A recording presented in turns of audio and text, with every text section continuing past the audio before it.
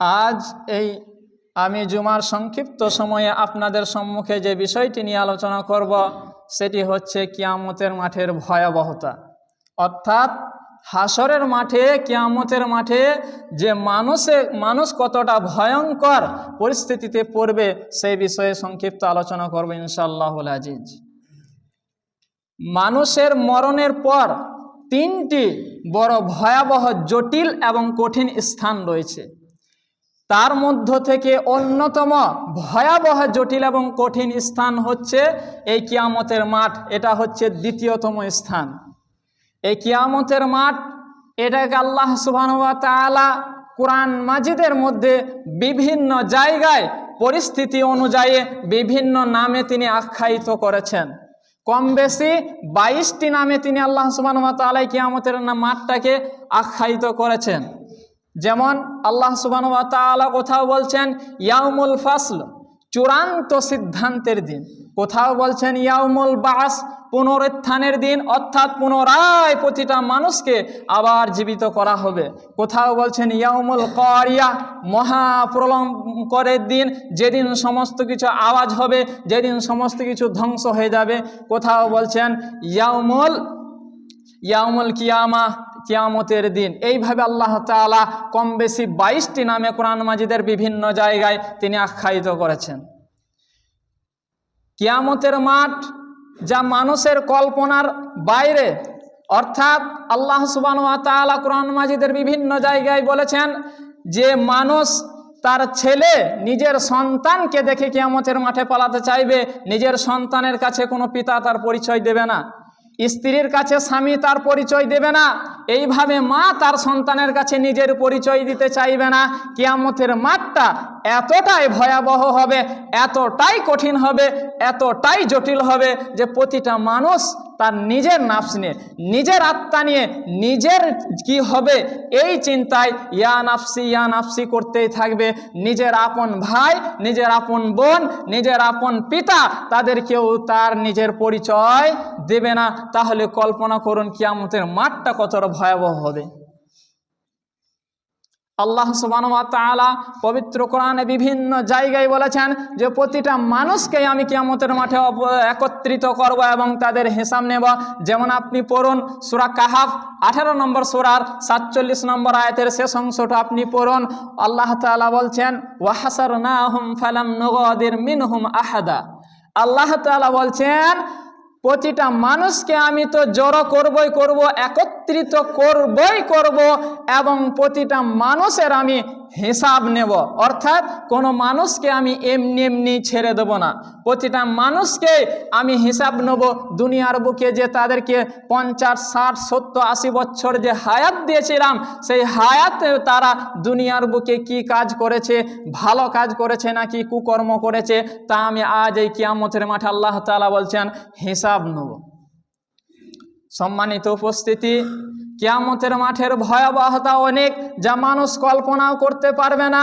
আল্লাহ তাআলা কোরআন মাজিদের মধ্যে বিভিন্ন জায়গায় বলেছেন এবং রাসূল সাল্লাল্লাহু আলাইহি ওয়াসাল্লাম বলছেন যে কিয়ামতের মাঠে শুধুমাত্র, কেবলমাত্র, একমাত্রই আল্লাহ তাআলা হবেন সমস্ত ক্ষমতার অধিকারী, একচ্ছত্রের ক্ষমতার অধিকারী আল্লাহ তাআলাই হবেন। অর্থাৎ কিয়ামতের মাঠে এই দুনিয়ার বুকে যারা দাপট দেখাতো, দুনিয়ার বুকে যারা নিজেদেরকে রাজা বলতো, যারা নিজেদেরকে মন্ত্রী হিসাবে প্রমাণ করত, যারা দাপট করত যে আমি হচ্ছি রাজা বাদশাহ, নেতা মন্ত্রী, যারা দুনিয়ার বুকে দাপট করত, তারা কাল কিয়ামতের মাঠে কোনো কথা বলতে পারবে না।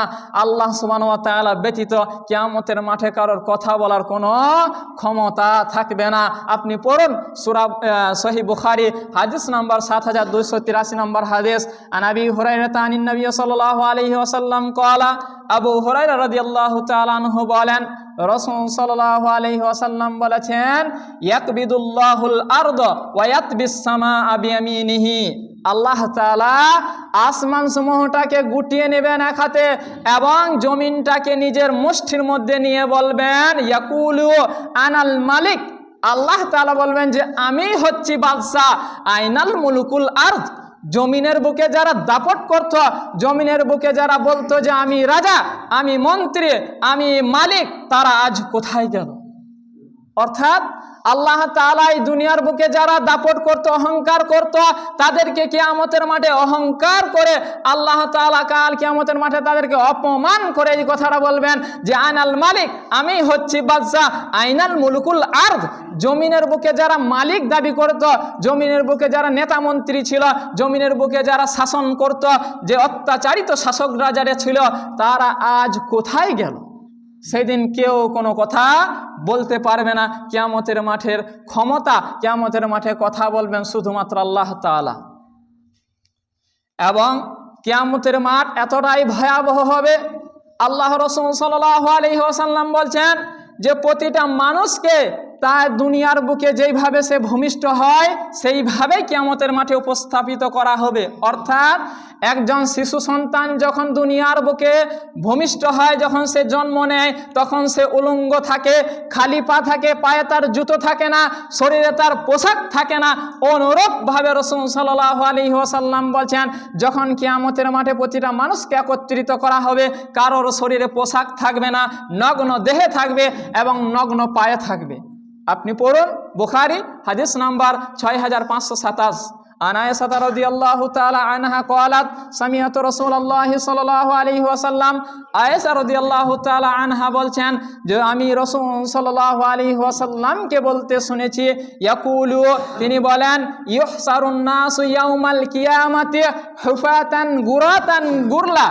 আল্লাহ রাসূল সাল্লাল্লাহু আলাইহি ওয়াসাল্লাম বলছেন কিয়ামতের মাঠে প্রতিটা মানুষকে নগ্ন দেহে, নগ্ন পায়ে এবং খাতনাবিহীন অবস্থায় উপস্থাপিত করা হবে। অর্থাৎ তার শরীরে কোনো পোশাক থাকবে না, তার পায়েও কোনো জুতো বা স্যান্ডেল থাকবে না। তখন এই কথা শুনে আয়েশা রাদিয়াল্লাহু তাআলা আনহার মনে একটা প্রশ্ন জাগলো, যা আমাদেরও মনে প্রশ্ন জাগতে পারে যে কিয়ামতের মাঠে যদি প্রতিটা নারী এবং পুরুষ প্রত্যেকেই যদি উলঙ্গ থাকে, প্রত্যেকেই যদি বিনা পোশাকে থাকে, তাহলে তো তারা একে অপরের দিকে দৃষ্টিপাত করবে, একে অপরের দিকে তারা তাকাবে। তখন আয়েশা রাদিয়াল্লাহু তাআলা আনহার মনে ওই প্রশ্ন আসলো। তখন তিনি জিজ্ঞাসা করলেন, ইয়া রাসূলুল্লাহ, আন নিসাউ ওয়ার রিজালু জামিয়ান ইয়ানজুরু বা'যুহুম ইলা বা'দ। হে আল্লাহ রাসূল সাল্লাল্লাহু আলাইহি ওয়াসাল্লাম, তাহলে তো নারী এবং পুরুষ তারা একে অপরের দিকে দৃষ্টিপাত করবে, তারা তো একে অপরের দিকে তাকাবে। তখন রাসূল সাল্লাল্লাহু আলাইহি ওয়াসাল্লাম কি জবাব দিচ্ছেন দেখুন, ইয়া আয়েশাতুল আমরু আইয়াশাদ্দু মিন আইয়ানদুরু বা'যুহুম ইলা বা'দ। হে আয়েশা, সেই দিন এই দুনিয়ার দিনের মতো তো আর দিন হবে না। সেই দিন হচ্ছে কিয়ামতের মাঠ। সেই দিন প্রতিটা মানুষের কর্মের হিসাব নেওয়া হবে। সেই দিন এই দুনিয়ার মতো স্বাভাবিক দিন হবে না। সেই দিনটা বড় ভয়াবহ, কঠিন এবং জটিল দিন হবে, যা মানুষ তার নিজের নাফস নিয়ে নিজেই চিন্তায় ব্যতিব্যস্ত থাকবে যে আজ আমার কি হবে।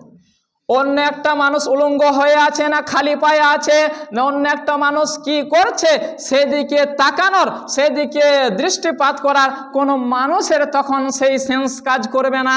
তার সেন্স, তার বুদ্ধি, তার বিবেক শুধুমাত্র এতটুকুই কাজ করবে যে আজ আমার কি হবে, আজ আমার কি হবে, ইয়া নাফসি, আমি কিভাবে কিয়ামতের মাঠ থেকে, কিয়ামতের ভয়াবহ থেকে বাঁচব। সেদিন পাশের ব্যক্তি, পাশে নারী আছে না পুরুষ আছে, উলঙ্গ আছে না কি আছে, সেদিকে দৃষ্টিপাত করার কোনো মানুষের সেই বুদ্ধি থাকবে না, সে মানুষের কোনো সেন্স থাকবে না।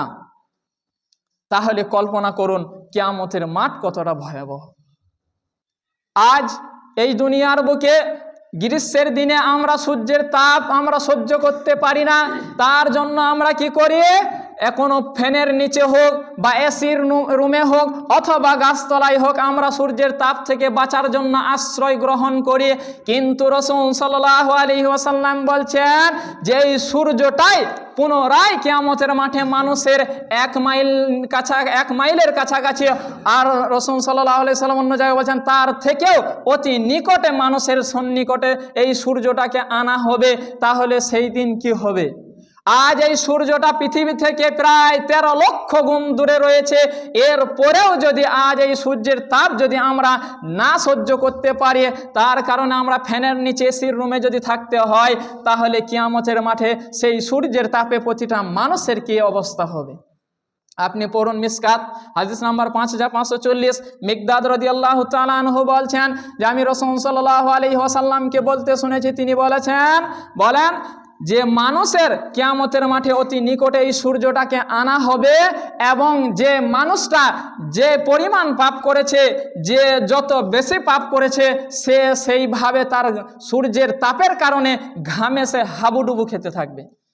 অর্থাৎ যদি কোনো ব্যক্তি অল্প পাপ করে থাকে দুনিয়ার বুকে, তাহলে তার ঘাম হবে টাকনু পর্যন্ত। যদি তার থেকে কেউ বেশি পাপ করে থাকে তাহলে তার ঘাম হবে হাঁটু পর্যন্ত। আর যদি তার থেকে যদি কেউ বেশি পাপী হয়, পাপাচারী ব্যক্তি হয়, তাহলে তার ঘাম হবে কোমর পর্যন্ত। আর যদি কোনো ব্যক্তি সীমা ছাড়িয়ে যায়, পাপ আর পাপ, তার জীবনে শুধু পাপ আর পাপ দেখা যায়, তাহলে তার ঘাম হবে মুখ বরাবর এবং সে হাবুডুবু খেতে থাকবে কিয়ামতের মাঠে। কিয়ামতের মাঠে সেই ব্যক্তিটা সেই সূর্যের তাপের কারণে নিজের ঘামে নিজেই হাবুডুবু খেতে থাকবে। সেই দিন পরিত্রাণের কোনো উপায় থাকবে না।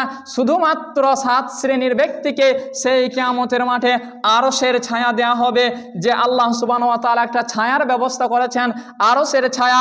সেই আরশের ছায়া 7 শ্রেণী ব্যক্তি ব্যতীত, 7 শ্রেণীর ব্যক্তি ব্যতীত কোনো ব্যক্তি সেই দিন আরশের ছায়া পাবে না। তাদেরকে নিজেদের ঘামে হাবুডুবু খেতে থাকতে হবে। তাহলে সেই 7 শ্রেণীর ব্যক্তি কারা?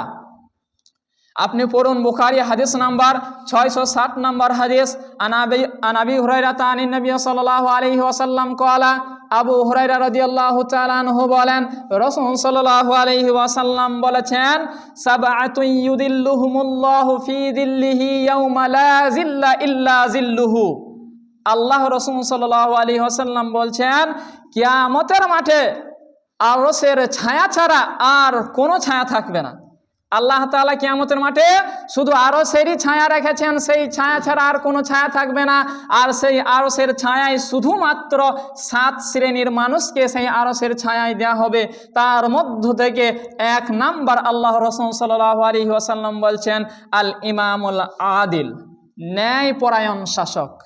অর্থাৎ দুনিয়ার বুকে যাদেরকে শাসক হিসেবে বাছাই করা হয়, যারা শাসক থাকে দুনিয়াতে, যারা বিচার করে, সেই বিচারপতিরা যদি একটা দরিদ্র শ্রেণীর মানুষ, গরিব ঘরের মানুষ যদি যেই পরিমাণ অন্যায় করে যতটা শাস্তি দেয়, সেই শাসকে যখন একজন ধনী পরিবারের ব্যক্তি, যখন সম্ভ্রান্ত পরিবারের একজন ব্যক্তি, যখন কোনো নেতা মন্ত্রীর ছেলে যখন অনুরূপ পাপ করেছে, অনুরূপ অন্যায় কাজ করেছে, যখন সমান বরাবর তাকেও যদি অতটাই শাস্তি দিতে পারে কোনো বিচারপতি, তাহলে সেই বিচারপতি আরশের নিচে ছায়া পাবে। কিন্তু বড় দুঃখ লাগে, আজ বর্তমান সময়ে আজ মানুষের মুখ দেখে, মানুষের সম্মান দেখে, মানুষের স্ট্যাটাস দেখে মানুষের আজ বিচার করে থাকে বিচারপতিরা। অধিকাংশই বিচারপতিরা তারা আরশের নিচে ছায়া পাবে না, কেননা তারা নিজেদের মন গড়া মতো বিচার করে থাকে। মানুষকে দেখে থাকে ও ধনী ব্যক্তি, ও নেতার ছেড়ে ওর সম্মান চলে যাবে, এজন্যই তাকে বিচার দেয় না, তার বেশি বিচার করে না, তাকে এমনি ছেড়ে দেওয়া হয়। এই সমস্ত বিচারপতিরা আরশের নিচে ছায়া পাবে না। আরশের নিচে ছায়া পেতে গেলে একভাবে ন্যায়ভাবে দুজনাকেই সমান পর্যায়ে শাস্তি দিতে হবে, তবেই কখন আরশের নিচে ছায়া পাবে। রাসূল সাল্লাল্লাহু আলাইহি ওয়াসাল্লাম 2 নম্বর ব্যক্তি কথা বলছেন, ওয়াসাবুন নাশআ ফি ইবাদাতি রাব্বিহি। 2য় নম্বর রাসূল সাল্লাল্লাহু আলাইহি ওয়াসাল্লাম বলছেন, ওই যুবক যার যৌবন কালটা কেটেছে আল্লাহর ইবাদতে। অর্থাৎ যখন সে যুবক ছিল, যতদিন যুবক ছিল, সে যুবক থাকা প্রথম থেকে নিয়ে শেষ পর্যন্ত যদি আল্লাহ সুবহানাহু ওয়া তাআলার ইবাদত করে থাকে, 5 ওয়াক্ত সালাত আদায় করে থাকে এবং আল্লাহ সুবহানাহু ওয়া তাআলার যে সমস্ত হুকুম আহকাম রয়েছে সেগুলি পালন করে থাকে, তাহলে সেই যুবক ব্যক্তিটা আরশের নিচে ছায়া পাবে। 3য় নম্বর বলছেন আল্লাহ রাসূল সাল্লাল্লাহু আলাইহি ওয়াসাল্লাম, ওয়া রাজুলুন মুআল্লাকুন ফিল মাসাজিদ। যেই ব্যক্তির অন্তরটা সব সময় মসজিদের সাথে সম্পৃক্ত থাকবে, অর্থাৎ মসজিদে সে সব সময় 5 ওয়াক্ত সালাত আদায় করে, এবং মসজিদে যদি কোনো উন্নয়নমূলক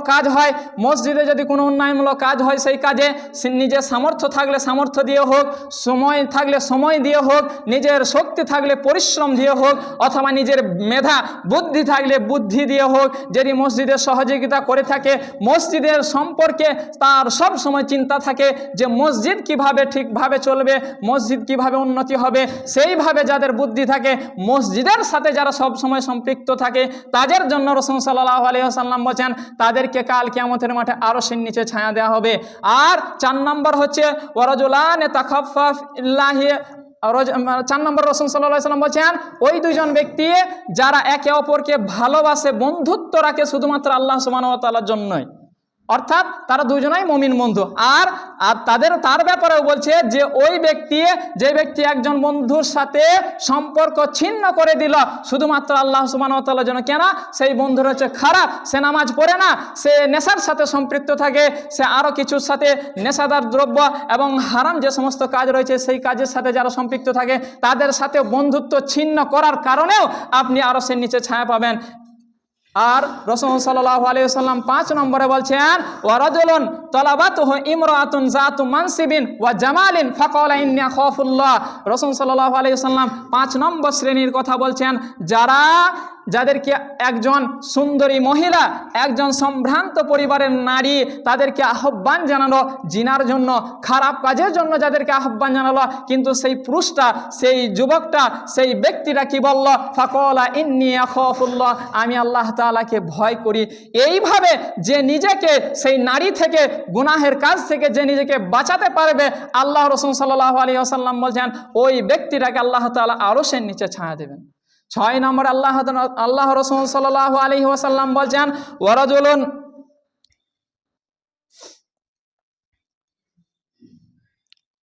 ওয়ারাজুলুন তাসাদ্দাকা হাত্তা লা তা'লামা শিমালুহু মা তুনফিকু ইয়ামিনুহু, ওই ব্যক্তি যে এমন গোপনে দান করে যে তার ডান হাতে দান করলে তার বাম হাত জানতে পারে না, অর্থাৎ গোপনে দান করা ব্যক্তি। আর 7 নম্বরে আল্লাহ রাসূল সাল্লাল্লাহু আলাইহি ওয়াসাল্লাম বলেন ওয়ারাজুলুন যাকারাল্লাহু খালিয়ান ফাফাজাত আইনাহু, ওই ব্যক্তি যে আল্লাহ সুবহানাহু ওয়া তাআলার ভয়ে রাত্রিতে অন্ধকারে আল্লাহ সুবহানাহু ওয়া তাআলার জন্য নিজের চোখ দিয়ে অশ্রু প্রবাহিত হতে থাকে, অর্থাৎ আল্লাহ তাআলার জন্য ভয়ে সে কাঁদতে থাকে রাত্রিবেলায় নামাজ পড়ে, সেই ব্যক্তির ব্যাপারে আল্লাহ রাসূল সাল্লাল্লাহু আলাইহি ওয়াসাল্লাম বলেন তাদেরকে আরশের নিচে ছায়া দেওয়া হবে। এই 7 শ্রেণীর ব্যক্তিকে আরশের নিচে ছায়া দেওয়া হবে, আর কোনো ব্যক্তিকে আরশের নিচে ছায়া দেওয়া হবে না। কিয়ামতের মাঠে তাদেরকে ঘামে হাবুডুবু খেতে থাকতে হবে। সম্মানিত উপস্থিতি, সময় আমার প্রায় শেষ, তাই আমি বলতে চাচ্ছিলাম যে কিয়ামত এর মাঠ বড় ভয়াবহ, আমাদেরকে প্রতিটা মানুষকে আল্লাহ সুবহানাহু ওয়া তাআলার ইবাদত করতেই হবে যে কোনো মূল্যে, কেননা আমাদেরকে আল্লাহ তাআলা এমনি এমনি সৃষ্টি করেননি, তিনি আর ইবাদতের জন্যই সৃষ্টি করেছেন। তাই আমরা প্রত্যেকে আল্লাহ সুবহানাহু ওয়া তাআলার ইবাদত করার চেষ্টা করব ইনশাআল্লাহুল আজিজ।